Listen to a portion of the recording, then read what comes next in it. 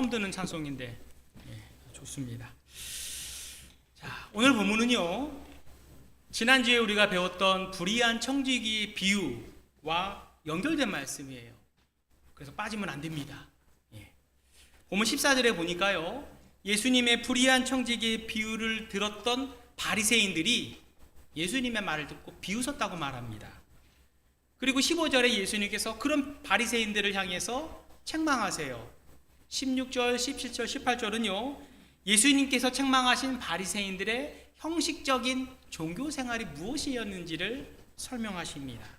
여기에 근거해서 오늘 말씀의 제목이에요. 형식적인 신앙생활이 아니라 종교생활에 관한 책망입니다. 먼저 13절을 먼저 보도록 하겠습니다. 13절 읽어주시기 바랍니다.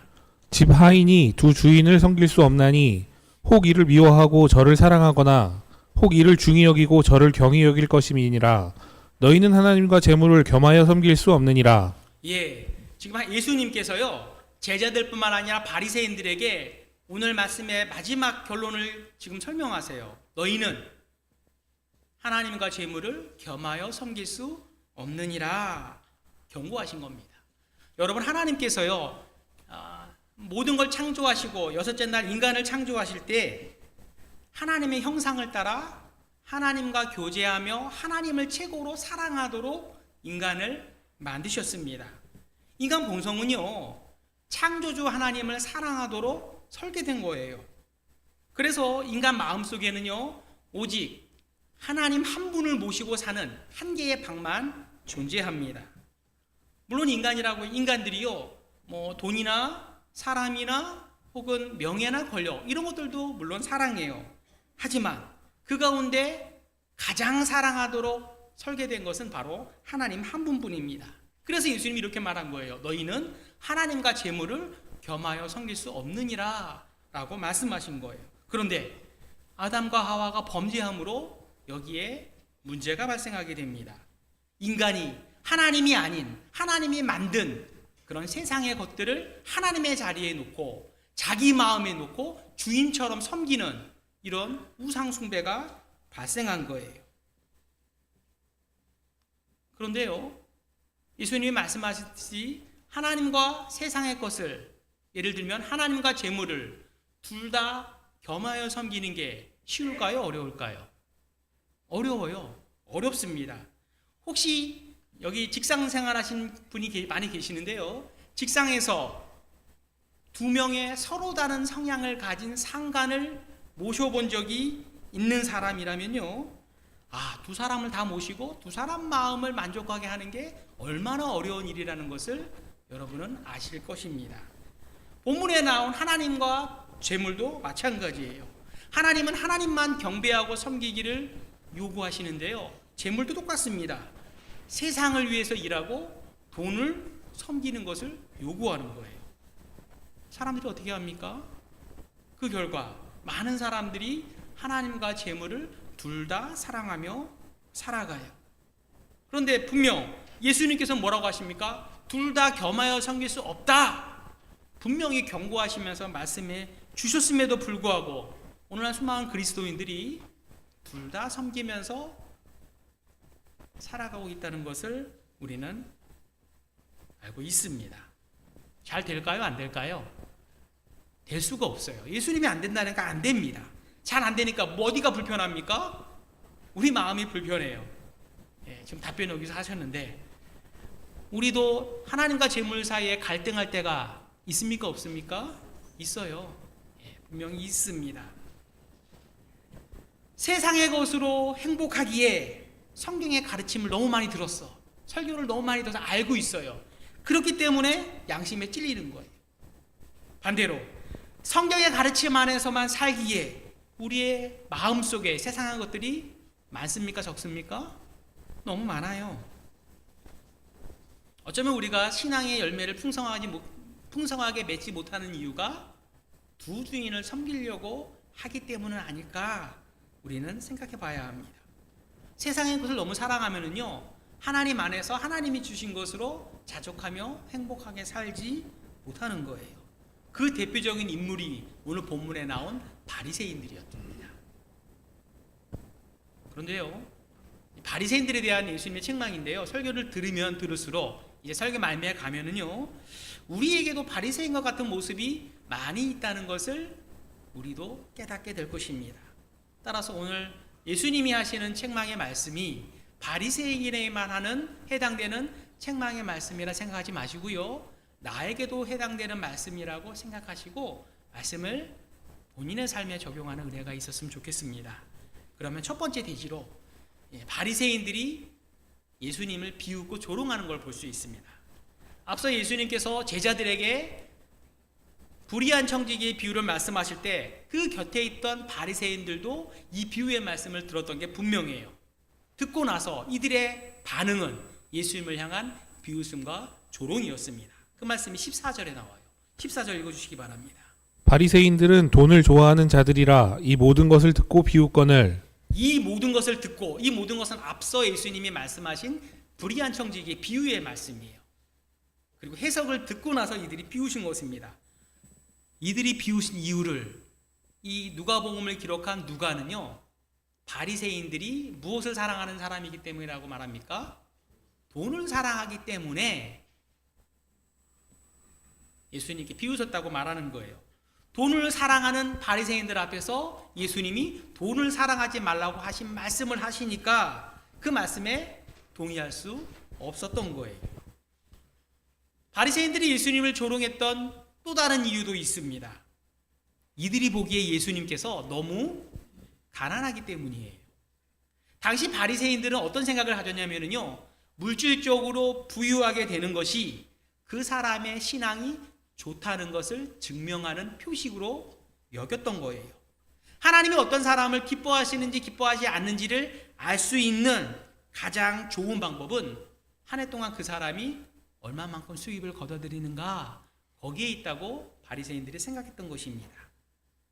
그래서 바리새인들은요, 자기보다 부유한, 좀 잘난 그런 랍비들의 설교를 인정했어요. 그런 면에서 볼 때 가난한 예수님은요, 실패자였습니다. 가난한 목수 출신이 어떻게 하나님의 축복을 우리에게 설명할 수 있겠으며 하나님과 돈에 대해서 무엇을 우리에게 가르칠 수 있겠는가, 그렇게 생각했기 때문에 예수님의 가르침에 비웃었던 것입니다. 바리새인들이 예수님의 가르침에 비웃었던 이유는 또 있습니다. 바리새인들은요, 그동안 은밀하고 부정한 방법을 통해서 부를 축적했어요.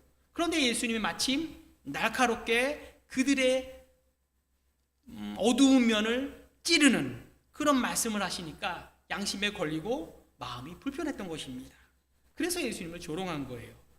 여러분, 보통 사람들은요, 자기의 어두운 면, 드러내지 않았으면 하는 그런 부분을 누군가 드러내고 지적하면은요, 사람들은 보통 무시하거나 조롱하는 모습으로 대응하게 됩니다. 여러분, 요즘 뉴스를 보면은요, 정치 이야기 많이 나오죠. 정치부 기자들이 당 대표라든지 당 대변인에게 대답하기 곤란한, 그리고 조금 불편한 내용을 질문하면은요, 사람들이 어떻게 합니까? 얼굴이 울그락불그락 돼서 외면하거나 혹은 화내거나 혹은 조롱하며 그냥 비웃는 것을 우리는 뉴스에서 볼 수 있습니다. 이것과 비슷한 거예요. 바리새인들이 예수님의 가르침에 비웃었다는 것은요, 예수님의 가르침이 자기들의 은밀한 부분을 마치 발걸벗은 것처럼 드러냈기 때문에 그것이 불편해서 그렇게 한 것입니다. 바리새인들은요, 예수님 앞에서는, 사람들 앞에서는요, 하나님을 최고로 사랑하고 잘 섬기는 척 했어요. 그러나 뒷면에서는 누구보다 재물에 대한 욕심이 컸고요, 재물을 더 많이 소유하려고 분주했던 사람들이 바로 바리새인이었던 것입니다. 그들도 하나님과 재물을 둘 다 겸하여 섬기려고 했는데 안 되는 거예요.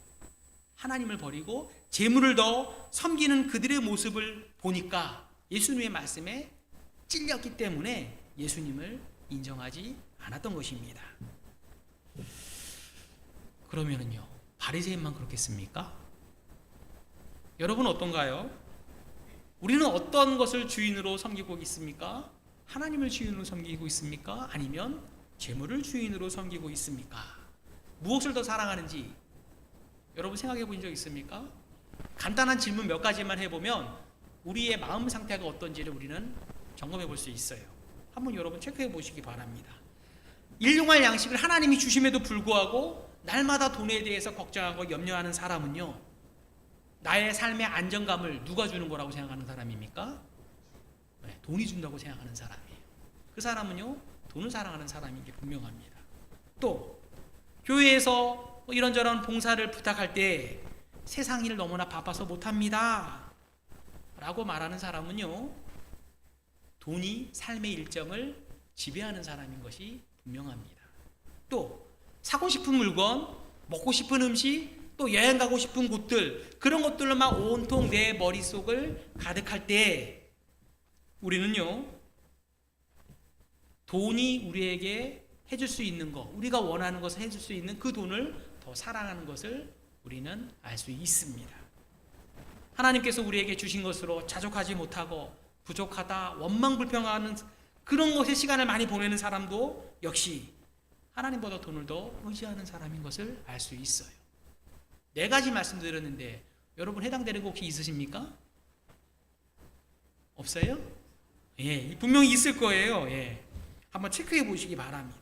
그런데 이것보다 더 심각한 것은요, 우리가 이렇게 예수님께서 지적함에도 불구하고 우리 사람들은요, 돈에 대한 이런 사랑, 돈을 더 사랑하는 것을 아주 큰 죄로 여기지 않는다는 것입니다. 보통 우리가 어떤 죄를 아주 큰 죄라고 생각하나요? 뭐 살인죄, 간음죄, 혹은 동성애, 이런 것은요 아주 큰 죄로 우리가 여기면서도 정작 돈을 사랑하는 것에 대해서는 사람들이 보통 다 그렇지 않아? 뭐 사람이 그럴 수 있는 거 아니야? 라고 생각하면서 가볍게 여기는 경향이 우리에게 있습니다. 하지만 본문은 이렇게 말해요. 돈을 사랑하는 것은 하나님과 복음을 정면으로 대적하는 것이고 우리를 향한 하나님의 사랑에 대해서 배신하는 것이다 라고 지금 우리에게 말씀하고 계십니다. 우리는 재물을 사랑하는 모습을 너무 간과하고 살아가고 있어요. 그래서 예수님은요, 2번째 대지로 바리새인들을 책망하시고 꾸짖습니다. 2번째 대지, 예수님의 책망인데 15절을 읽어주시기 바랍니다. 예수께서 이르시되 너희는 사람 앞에서 스스로 옳다 하는 자들이나 너희 마음을 하나님께서 아시나니 사람 중에 높임을 받은 그것은 하나님 앞에 미움을 받는 것이니라. 예, 너희는 사람 앞에서 스스로 옳다 하는 자들이다. 지금 예수님은 바리새인들이요, 자기 스스로 하나님 앞에서 옳다고 인정받으려 하는 자들이라고 지금 규정하고 계세요. 그런데요, 가만히 보니까 바리새인만 이런 게 아니라 하나님의 은혜를 참으로 깨닫기 전에 모든 사람들이 다 이와 같은 행태를 보이는 것을 우리는 알 수 있습니다. 자기의 실제 모습보다 더 좋게 보이기 위해서 가장하고 포장하고 자기의 죄를 감추는 거죠. 바리새인들이 자기의 의로움을 드러내기 위해서 사용한 방법이 무엇인가 하면요, 물질적인 부유함을 사람들 앞에서 자랑하는 것입니다. 자기의 많은 물질이 자기의 경건을 증명하는 하나님의 은혜의 표식으로 그들은 여겼던 거예요. 오늘날도 비슷한 사람이 비슷한 경향을 우리에게 보입니다. 물론 우리 가운데 내가 가진 부를 의로운 표식으로 생각하는 분도 계실 수 있지만 많지는 않은 것 같아요. 그렇지만 그 외에도 우리도 다른 것으로 스스로 그렇게 여기는 표식을 가지려고 할 때가 많이 있습니다. 예를 들어서 영적인 활동을 자랑하여 누구보다 예배를 안 빠지고 새벽 예배, 수요 예배, 오전 예배, 오후 예배, 모든 예배를 잘 드리는 거 나쁜 건 아니지만 그것을 나의 어떤 의로움으로 여기려고 하는 사람들이 있다는 거예요. 나는 누구보다 기도를 많이 하는 사람이야. 난 누구보다 전도를 많이 하는 사람이야. 난 누구보다 예배에 열심인 사람이야. 이런 것들로 자랑해요. 또 어떤 분은요, 자기가 갖고 있는 직분을 의로움의 표식으로 여기는 분도 계십니다. 마치 계급처럼 여기는 분들도 있어요. 그렇지 않습니다. 혹은 많은 사람들 앞에서 봉사하는 모습을 가지고 나의 의로움을 드러내려고 하는 분들도 분명히 계세요. 이것뿐이겠습니까? 이 밖에 우리 교회, 우리 교단, 우리 교회만 잘 배워서 여기에 소속된 것만으로도 마치 내 구원이 보장되는 것처럼 여기는 분들도 계세요. 하지만 이것들은요, 하나님이 우리를 의롭다고 여기시는 하나님의 방식과는 거리가 멀어요. 하나님이 우리를 의롭다고 여기는 방식은 단 하나입니다. 무언가요? 오직 예수님을 믿음으로 의롭다고 여기시는 하나님이세요. 이 방법 외에는요, 누구도 자기 행위로 하나님 앞에 의롭다고 여길 수 있는 사람은 아무도 없어요. 그뿐이 아닙니다. 하나님은요, 우리 마음속에 어떤 마음을 품고 계시는 것도 다 알고 계세요. 여기 말씀 보면은요, 예수께서 이르시되 너희는 사람 앞에서 스스로 의롭다 하는 자들이나 너의 마음을 하나님께서 아시나니 라고 말씀합니다. 하나님은요, 지난주 우리가 어떤 죄를 저질렀는지 다 아세요. 하나님은요, 우리가 기회만 주어진다면 어떤 죄를 짓고 싶어 하는지도 하나님은 다 알고 계십니다. 하나님은 우리가 지난주 얼마나 자주 실패하고 넘어졌는지도 알고 계시고요, 교회 안에서 어떤 형제 자매에 대해서 어떤 개인적인 적대감을 갖고 있는 것도 하나님은 다 알고 계세요. 하나님은 내가 다른 성도들보다 내가 영적으로 신앙적으로 우월합니다 라는 교만한 생각을 가진 것도 다 알고 계시고요, 우리의 실제 모습보다 더 좋은 인상을 보여주기 위해서 어떻게 속이는지도 가장하는지도 하나님은 다 알고 계신다는 그런 의미입니다. 따라서 다른 사람들이 우리를 어떻게 보느냐가 중요한 게 아니라 하나님이 나를 어떻게 바라보시느냐, 이게 중요한 거예요. 하나님은 우리가 우리를 바라보는 것과 완전히 다른 방식으로 우리를 바라보세요. 또 우리가 생각하는 기준보다 하나님의 기준은 월등하게 높습니다. 따라서 우리 행위로 하나님의 그 높은 기준을 만족할 수 있는 사람은요, 한 사람도 없는 거예요. 거기에 힘 빼면 안 됩니다. 그거 의지하면 안 되는 거예요. 또 하나님이 우리를 칭찬하시는 것은요, 죄인들인 우리가 기뻐하는 것과 완전 반대입니다. 오늘 말씀 보면은요, 뒤에 하반절 보면은요, 사람 중에 높임을 받는 그것은, 우리는 사람 중에 높임 받는 게 좋아. 그런데 하나님은 그것을 어떻게 보십니까? 미워하신다고 지금 말씀하고 계세요. 바리새인들이요, 겉으로는 사람들 앞에서 칭찬받고 높아지기 위해서 외식을 많이 행했지만 하나님은 그들의 마음을 아시고 그들의 외식에 대해서 미워하신다라고 지금 말씀하시는 거예요. 오늘 본문에서 예수님이 가장 강조하는 것은 무엇인가? 제일 예수님이 미워하는 건 무엇인가? 바로 돈을 사랑하는 겁니다. 특별히 겉으로는 하나님을 잘 섬기는 척 말을 하지만 뒤로는 돈을 더 사랑하고, 그렇게 돈을 사랑하는 바리새인보다 하나님이 더 미워하시는 것은 없는 거예요. 그만큼 하나님은 외식적이고 형식적인 신앙생활이라고 할 수 없는 그저 종교생활에 불과한 그런 것들을 하나님은 미워하세요. 이쯤에서 우리를 돌아봐야 합니다. 나는 형식적으로 습관적으로 주일날 한번 교회에 오는 종교생활을 하고 있는 것은 아닐까? 아니면 이렇게 교회 올 때부터 하나님을 사랑하는 마음과 말씀을 사모하는 마음으로 예배에 참여하며 진실하게 예배를 드리는가? 우리는 좀 점검해 봐야 합니다. 이 말씀을 우리에게 적용해야 돼요. 그러면 하나님께서 우리의 마음을 다 아시고 돈을 사랑하는 마음, 또 형식적으로 우리가 신앙생활하는 마음을 다 아시고 미워하신다는 이 무시무시한 말씀 앞에 우리를 좀 점검해 봐야 돼요. 근데 이렇게 보면은요, 여러분 어떻습니까? 마음이 든든합니까? 아니면 좀 불안합니까? 든든하시죠? 예. 좀 찔리는 게 있습니까? 없습니까? 찔리는 게 있어요. 이 말씀에 비추어 보면요, 우리에게는 사실 우리 안에는 소망은 없습니다. 우리가 열심히 신앙생활 하는 것도 중요하지 않다는 게 아니에요. 중요하지만 그 속에는 참된 소망이 없어요. 그렇기 때문에 예수님이 무엇을 말씀하시는가? 복음과 율법을 설명하세요. 그게 바로 세 번째 대지입니다. 세 번째 대지, 복음과 율법. 말씀드린 대로 우리 안에는요, 소망이 없어요. 그런데 하나님께서 그리스도 안에서 참된 소망을 복음을 통해서 우리에게 주셨어요. 우리에게 필요한 것은요, 바리새인들처럼 인간적으로 무엇을 열심히 하고 사람들 앞에 인정받기 위해서 외식적이고 형식적인 생활을 열심히 하는 그게 아니라 복음을 믿는 거예요. 실제로 이 세상에 복음이 처음 왔을 때 인류 역사에 가장 큰 변화를 가져옵니다. 그 말씀이 16절이에요. 16절 읽어주시기 바랍니다. 율법과 선지자는 요한의 때까지요. 그 후부터는 하나님 나라의 복음이 전파되어 사람마다 그리로 침입하느니라. 예, 율법과 선지자는 요한의 때까지요. 이 말씀은요, 율법과 선지자는 구약 성경을 가리킵니다.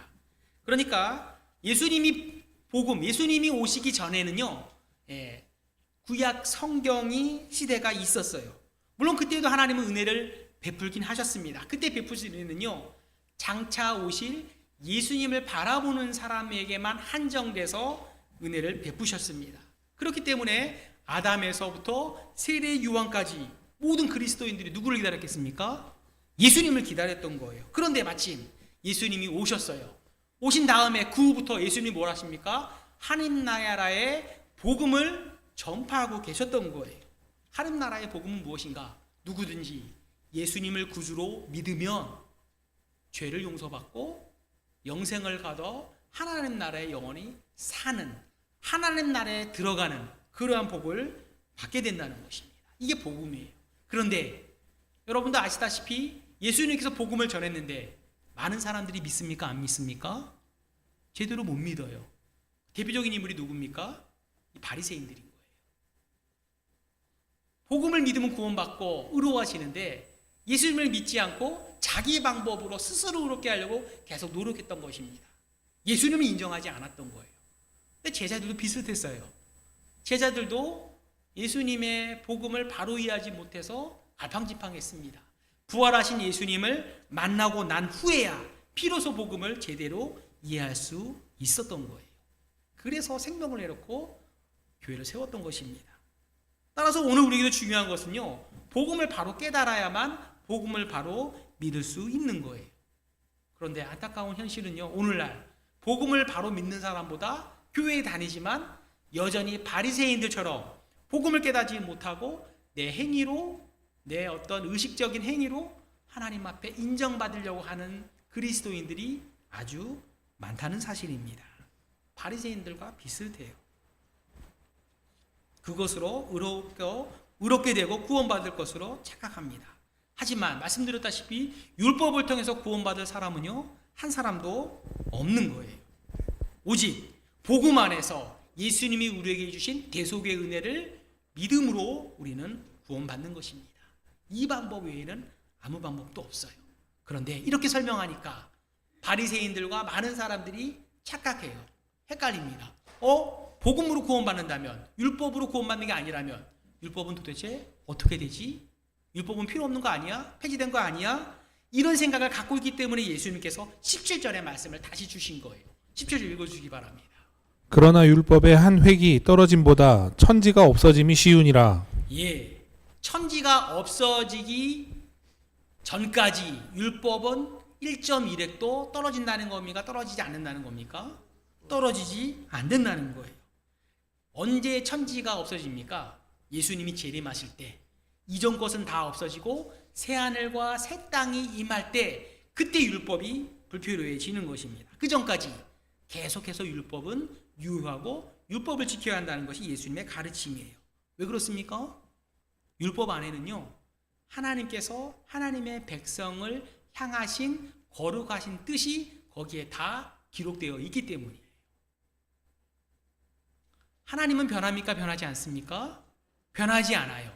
하나님이 변하지 않는 것처럼 하나님의 뜻도 변하지 않습니다. 우리를 향한 하나님의 뜻은 무엇인가 하면요, 우리의 거룩함이에요. 내가 거룩하니 너희도 거룩하라.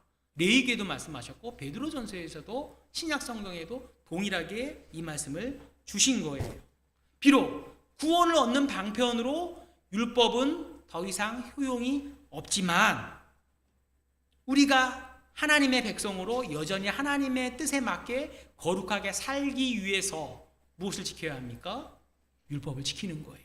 구원을 얻기 위해 지키는 것이 아니라 구원에 감사해서 이제 하나님을 기쁘시게 하기 위해서 율법을 지킴으로 하나님을 닮아가며 거룩하게 변화되는 것입니다. 성화를 위해서 율법이 필요한 거예요. 오늘날도 율법이 필요합니다. 이것을 강조하기 위해서 예수님께서 율법도 오늘날 계속 지켜야 돼, 이 말씀을 하기 위해서 많은 율법 가운데 한 가지 율법을 예를 들어서 설명해요. 그 말씀이 18절 말씀입니다. 18절 읽으시기 바랍니다. 무릇 자기 아내를 버리고 다른 데 장가드는 자도 간음함이요 무릇 버림당한 여자에게 장가드는 자도 간음함이니라. 예, 이 말씀을 그냥 얼핏 보면 사실 이해가 잘 안 됩니다. 지금 예수님은요, 여전히 율법이 지켜져야 한다는 것을 말씀하기 위해서 바리새인들에게 이 말씀을 주신 거예요. 무릇 자기 아내를 버리고 다른 데 장가드는 자도 간음함이요 무릇 버림당한 여자에게 장가드는 자도 간음함이니라. 이혼에 대한 말씀을 예로 주신 겁니다. 결혼에 대한 하나님의 뜻은요, 한 남자와 한 여자가 결혼해서 둘이 힘을 합하여 하나님을 잘 섬기고 믿음의 계통을 이어나가는 것이 하나님의 뜻입니다. 그런데 아담과 하와의 범죄로 말미암아 인간이 마음이 악해져요. 그렇기 때문에 예외적으로 이혼을 하나님께서 허락하세요. 성경에 나온 것은 어떤 건가? 한쪽 배우자의 성적인 부정, 혹은 믿지 않는 한쪽 배우자가 믿는 배우자에 대한 부부간의 의무를 위반함으로 해태하고 유기함으로써 하나님께서 예외적으로 이혼을 허락하십니다. 원칙은 허락하지 않되 몇 가지 경우에 하나님이 허락하신 거예요. 그런데 그걸 설명하기 위해서 이혼의 예를 설명했습니다. 그런데 예수님이 왜 하필 많은 율법 가운데 갑자기 이혼을 가지고 설명했을까? 그게 사실 더 중요합니다.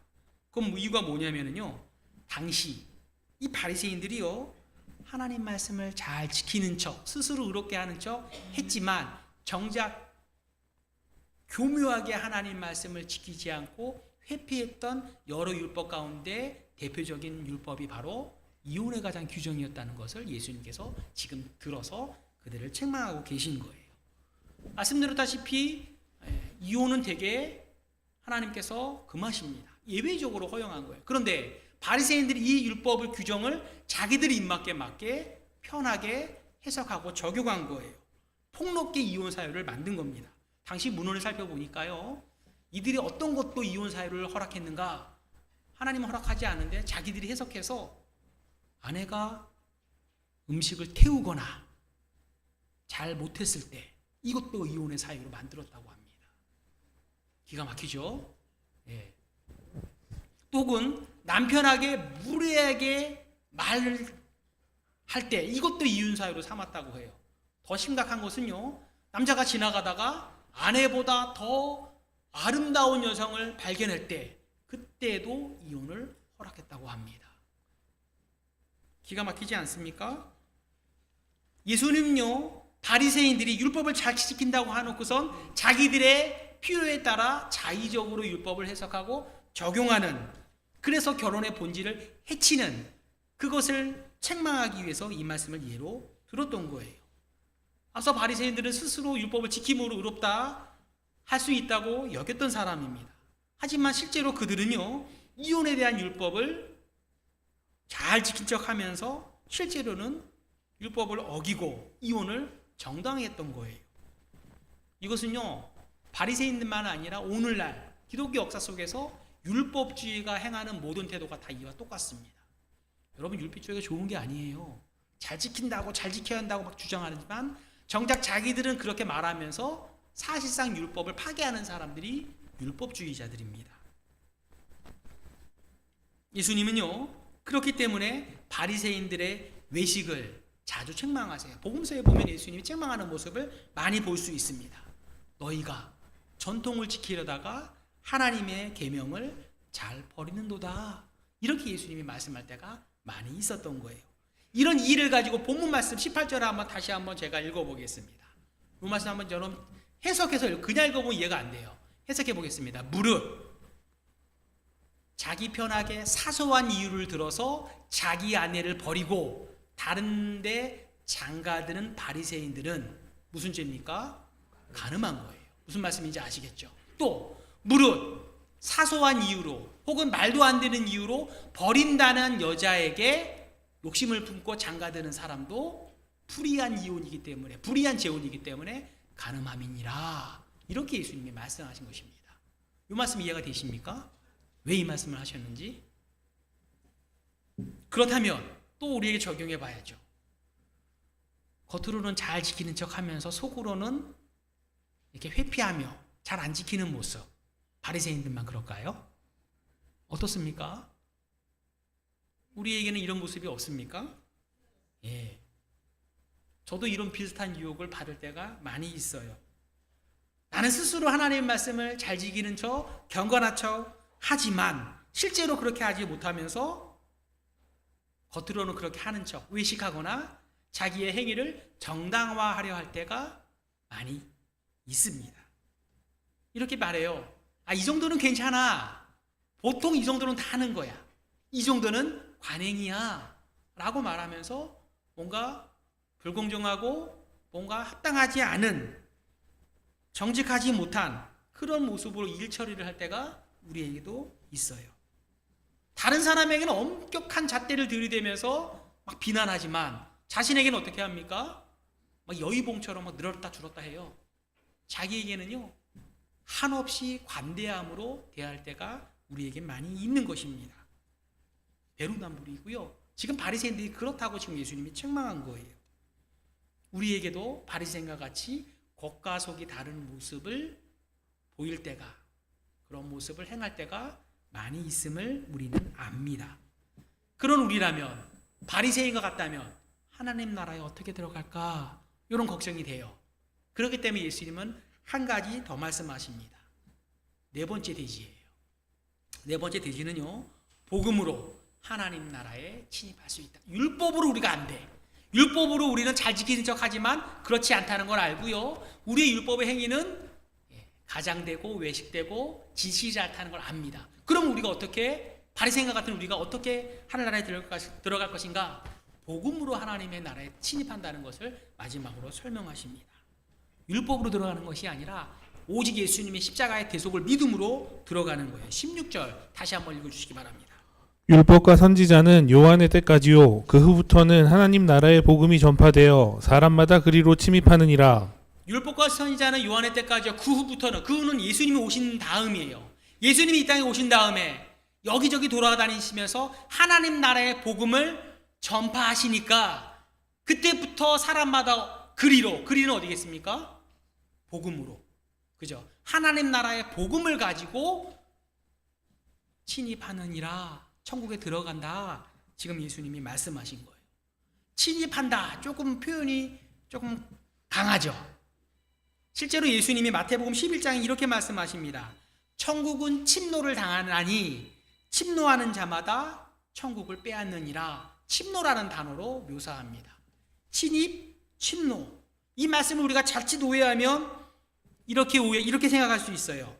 마치 우리가 힘을 써서 의도적인 노력을 해서 하나님 나라에 침입하듯 침노하듯 들어갈 수 있다. 하나님이 못 들어오게 해도, 하나님 뜻에 반해서도 우리가 힘쓰면 들어갈 수 있다.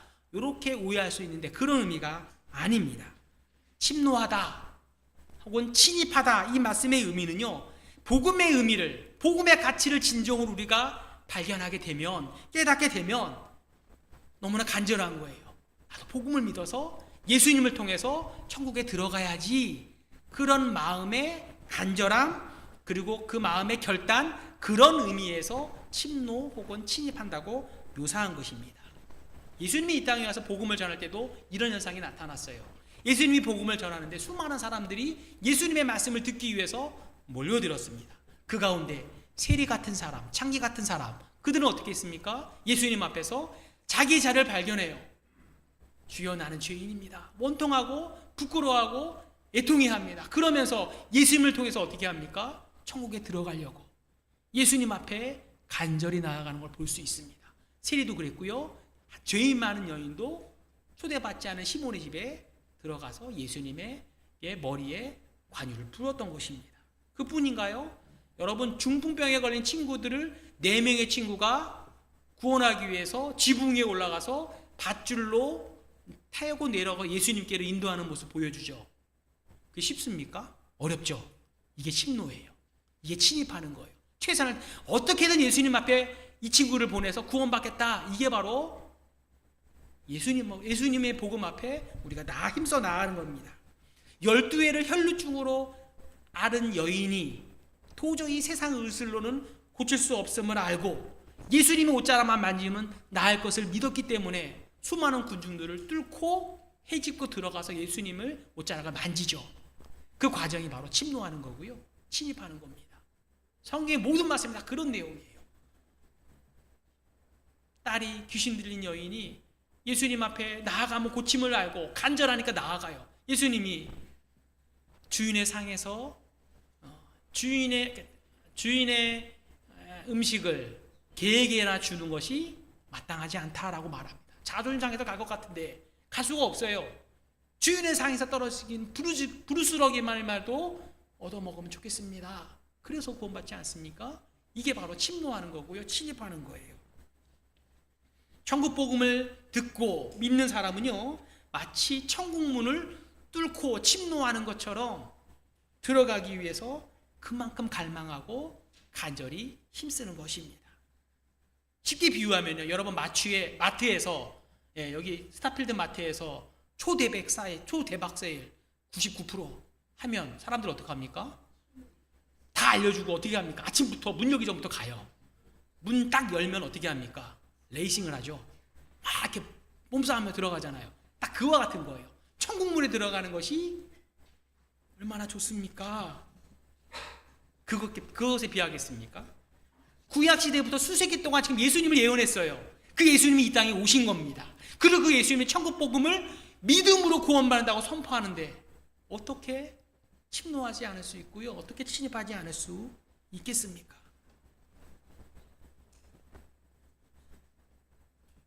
하나님 나라에 들어가기를 얼마나 열망했는지를 우리에게 보여주는 말씀이에요. 오늘날 사람들은요, 여행 가고 싶은 데가 있다면, 그리고 날짜만 있다면 얼마나 많은 수고와 비용을 아끼지 않는가 우리는 볼 수 있습니다. 어제 뉴스 보니까요, 인천공항에 연휴를 맞이하여서 나가는 사람이 워낙 많아서 공항에 5시간 전에 가지 않으면 안 된다라는 기사를 봤습니다. 여행 좋죠. 세상 여행도 그 좋은 곳에 가고 싶어서 비용과 수고를 아끼지 않는다고 한다면 하물며 천국과 비할 수 있겠습니까? 천국에 들어가기 위해서 어떤 비용과 수고를 감수하지 않을 수 있겠습니까? 없죠. 그죠? 어떻게든 들어가고 싶은 거예요. 하지만 우리는 비용을 들일 필요도 없고요, 우리는 수고를 할 필요도 없습니다. 대신 하나님 나라에 들어갈 한 가지 것만 바로 하면 됩니다. 그게 뭔가요? 복음을 듣고 예수님을 믿는 거예요.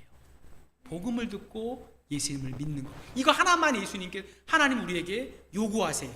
예수님을 신뢰해 십자가만 붙들어. 그러면 천국에 이를 수 있어. 예수님이 지금 천국 복음을 계속 전하시는 과정 속에서 바리새인들이 엉뚱한 말하고 조롱하고 예수님을 무시하고 자기 행위로 의롭다 하려고 하니까 예수님이 안타까워서 이 말씀을 지금 하고 계신 것입니다. 우리가 바리새인들과 같은 모습이 있습니까? 없습니까? 있죠. 예. 그 모습, 예수님은 우리가 돈을 사랑하지 말라고 분명히 경고했어요.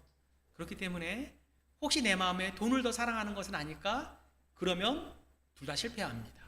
하나님을 따르면 하나님이 주실 수도 있어요. 안 줄 수도 있지만, 그죠? 중요한 것은 하나님을 주인으로 모시는 거고요. 혹시 우리 마음속에 외식적으로 다른 사람에게 보이려고 하는 그런 형식적인 종교 생활이 있다면 그것을 예수님이 하나님이 다 아시고 미워하신다는 것을 우리는 알고 이제 진실한 신앙생활을 해야 할 것이고요. 율법을 지키려고 해서는 안 됩니다. 그 말은 율법을 지켜서 구원받으려고 해서는 안 돼요. 대신 율법을 지킴으로 하나님을 기쁘시게 하고 하나님처럼 거룩한 인격으로 만들기 위해서 우리는 율법을 지켜야 합니다. 오직 복음을 통해서 들어갈 수 있게 하신 하나님의 은혜에 감사하면서 자신들의 모습을 돌아보는 저와 여러분 되시기를, 아울러 여러분뿐만 아니라 여러분의 사랑하는 가족, 하지만 아직 복음을 믿지 않은 그런 가족에게도 하나님의 구원의 은혜가 임하기를 주님의 이름으로 축원합니다. 이분과 잠깐 기도하고 같이 한번 합독하며 통성으로 기도하도록 하겠습니다. 하나님 아버지, 은혜와 사랑을 감사합니다. 지난주 불의한 청지기의 비유를 통해서 재물을 어떻게 사용하실 것인지 말씀하신 주님께서 그와 같은 말씀을 바로 깨닫지 못하고 비웃는 바리새인들을 향하여 오늘 이 말씀을 다시 주셨습니다. 주님, 사실 이 말씀이 오늘 우리에게 해당되는 말씀인 것을 설교 속에서 깨닫습니다. 우리도 바리새인처럼 우리가 율법의 행위를 통해서 사람들 앞에서 의롭게 되려고, 칭찬받으려고, 좀 높아지려고 외식할 때가 많이 있었습니다.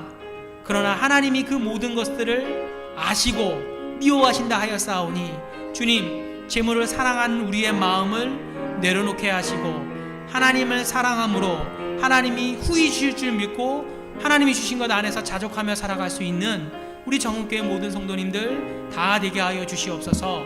주님이 오신 다음에 하나님 나라에 복음을 믿음으로만 들어갈 수 있다 하였사오니 복음을 바로 깨닫게 하시고 간절한 마음으로 하나님 나라에 들어가기를 힘쓰는 저희들 되게 하시며 우리뿐만 아니라 아직 복음을 듣지 못하고 온전히 깨닫지 못한 그런 형제들에게 복음을 잘 전하여 하나님 나라에 함께 들어가는 그러한 복 내려 주시옵소서. 예수님의 이름으로 기도합니다. 아멘.